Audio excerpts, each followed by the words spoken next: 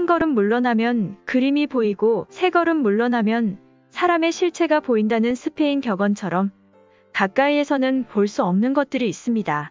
믿어왔던 가족이나 절친의 배신이야말로 인생의 뒤통수를 치는 적절한 예입니다. 이 경우 주변에서 경고를 하는데도 정작 본인만 모르거나 믿지 않다가 일이 터진 후에야 현실을 확인하게 됩니다.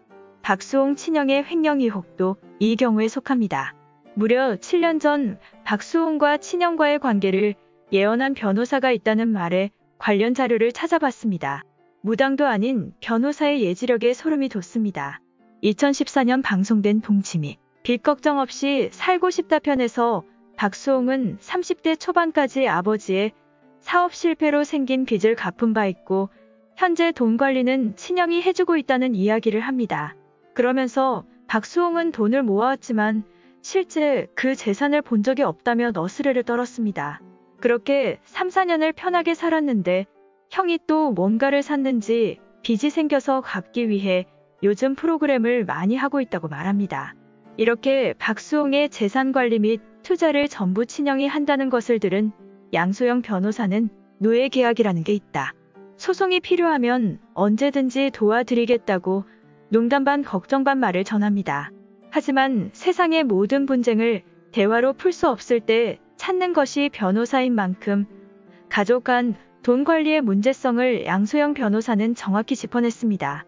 7년이 지나 돌이켜보면 당시 양소영 변호사는 박수홍에게 일어날 일을 예측한 셈이 되었습니다. 당시 조언을 들은 박수홍은 친형을 소송하라는 이야기냐며 말도 안 된다는 반응을 보였습니다. 더불어 친형은 경찰을 타고 웬만하면 걸어 다닐 정도로 검소한 사람이라며 형이지만 존경한다고 깊은 신뢰를 보여주었습니다. 여기에 박수홍의 경제적 독립을 진지하게 조언해왔던 양재진 원장이 말을 보탭니다. 정신과 의사 양재진 원장은 개인적 친분으로 박수홍과 여행을 갔는데 그때 형이 직접 돈 관리했으면 좋겠다. 형은 경제적인 면부터 독립하지 않으면 영영 독립 못해라고 직언을 했다고 합니다. 이 이야기를 옆에서 모두 들은 어맹란 배우는 박수홍이 경제적으로 독립해야 한다며 연예계 선배로서 진심으로 조언했습니다. 돈은 직접 관리해야 한다는 어맹란의 말을 들었다면 박수홍은 오늘날 뼈아픈 실수는 없었을 것입니다.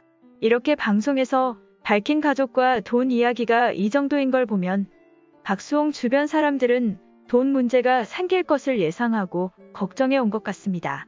사실 박수홍이 애써 외면했을 뿐 지인들이 조언할 정도라면 박수홍조차도 염려는 했을 것입니다. 하지만 박수홍은 가족에 대한 믿음, 형제애가 강했고 진실을 외면해 온 것으로 보입니다. 결국 누가 뭐라고 해도 믿어왔던 친형과의 법적 분쟁이 시작되었고 친형이 박수홍의 사생활을 무차별로 공개하고 있는 지금 박수홍은 천해고와 같은 신세가 되었습니다. 박수홍의 힘든 시간을 응원하면서도 7년 전 양소영 변호사, 어맹란 배우, 양재진 원장의 조언을 들었다면 얼마나 좋았을까 안타깝습니다.